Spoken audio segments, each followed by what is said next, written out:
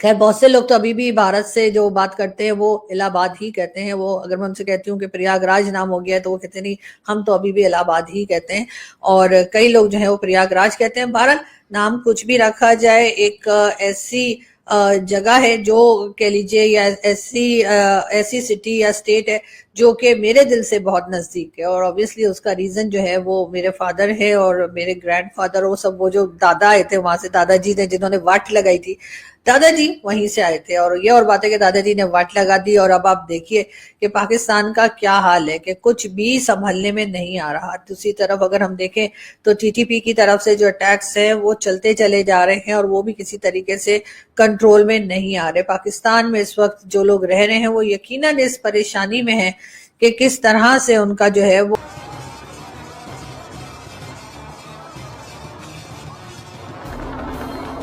सनातन को जीना है, सनातन को पाना है, सनातन को महसूस करना है। सनातन का अगर साक्षात दर्शन करना है तो सनातन परंपरा के अग्रणी इन ध्वजवाहक अखाड़ों का महाकुंभ में छावनी प्रवेश देखिए।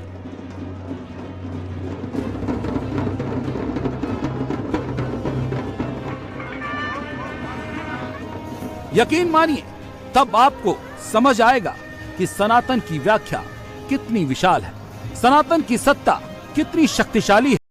You're watching Breaking Barriers with your host Alia. आप सबको अपने प्रोग्राम में वेलकम करती हूँ। जैसा कि आप देख रहे हैं, संजय दीक्षित जी इंडिया से हमारे साथ मौजूद हैं। आप इनको बहुत अच्छे तरीके से जानते हैं और बहुत व्यूअर्स इनसे प्यार करते हैं। संजय जी जो कि जयपुर डायलॉग में अपना हुनर दिखाते हैं, आपके साथ बातचीत करते हैं। आज हमारे प्रोग्राम में बातचीत करेंगे। Sanjay ji, thank you so much for joining my show once again. Thank you for inviting me. Thank you Sanjay ji. आज आपको बुलाने का मकसद ये है कि क्योंकि हिस्ट्री पर भी जो आपकी बात है, कल्चर पर कौन सा ऐसा टॉपिक है जिसके ऊपर आप बात जबरदस्त ना करते हो। शास्त्र में निपुण साधुओं का एक ऐसा संगठन बनाना जो किसी भी बाहरी आक्रमण से धर्म और संस्कृति की रक्षा कर सके। नागा साधुओं की सेना ने ही अखाड़ों को वो ताकत दी है। 13 अखाड़े अगर सनातन का रथ हैं, तो नागा साधु उस रथ के सारथी हैं, जिसकी वजह से सनातन सुरक्षित है और इनकी वीर गाथा इतिहास के पन्नों में भरी पड़ी है। हाँ जी, करोड़ों लोग शामिल हो रहे हैं इस बार। लगभग 45 करोड़ लोग इसमें शामिल होंगे।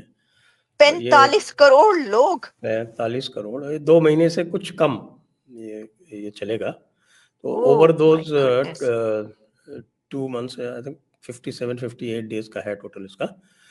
यानी 13 जनवरी से शुरू हो जाएगा और 7 मार्च तक चलेगा। इस पीरियड में करीब 45 करोड़ लोग, यानी आप समझ लीजिए 1 करोड़ पर डे का एवरेज आएगा, ऐसे एक्सपेक्टेशंस हैं इसके लिए। तो संजय जी, दुनिया का सबसे बड़ा फेस्टिवल हुआ ना फिर? 45 करोड़ तो अनबिलीवेबल है। हाँ, it's about 50% greater than America's population.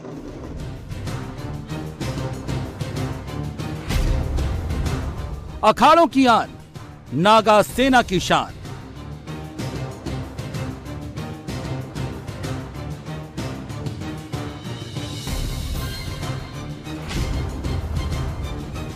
हाथी पर महंत, ऊंट पर। जय हिंद दोस्तों। महाकुंभ की कथा अजब है। कुंभ पर्व में आयोजन को लेकर एक प्रचलित कथा है। यह है दोस्तों कि देवों और दानवों के बीच समुद्र मंथन में हासिल अमृत को लेकर झीटा झपटी में कुंभ में अमृत की 4 बूंदें धरती पर आ गिरी थी। तभी से प्रयागराज, हरिद्वार, उज्जैन और नासिक में कुंभ का मेले का आयोजन होता है दोस्तों। भगवान पुराण के अनुसार महर्षि दुष्यंत की श्राप के कारण जब इंद्र समेत सभी देवता कमजोर पड़े थे, तब दैत्यों ने देवताओं पर आक्रमण कर उसे हरा दिया था। तब से यह देवता मिलकर भगवान विष्णु ने उन्हें देवों के साथ मिलकर क्षीरसागर करता है। तो में उसके हिसाब हराया से था जैसे दोस्तों, ये जब जो से है, महाकुंभ का आयोजन होता है। टॉरस में आता है, जब जुपिटर टॉरस में आता है तब प्रयागराज का कुंभ होता है। ओके। और उसमें जो है वो सन का मूवमेंट भी देखा जाता है। तो सन कैप्रिकॉर्न में होगा और जुपिटर टॉरस में होगा, तब ये कुंभ प्रयागराज में होता है। इसी तरह से आपके नासिक में गोदावरी नदी है वहाँ, और शिप्रा नदी है उज्जैन में, यहाँ पर जब होता है, जब आपका जुपिटर आता है एक्वेरियस में, जुपिटर आता है जब एक्वेरियस में, तब तो होता है पहले नासिक में, और जब जुपिटर निकलता है तब होता है उज्जैन में। वो 1 साल का उसमें फर्क होता है। अच्छा। इसी तरह से है आपके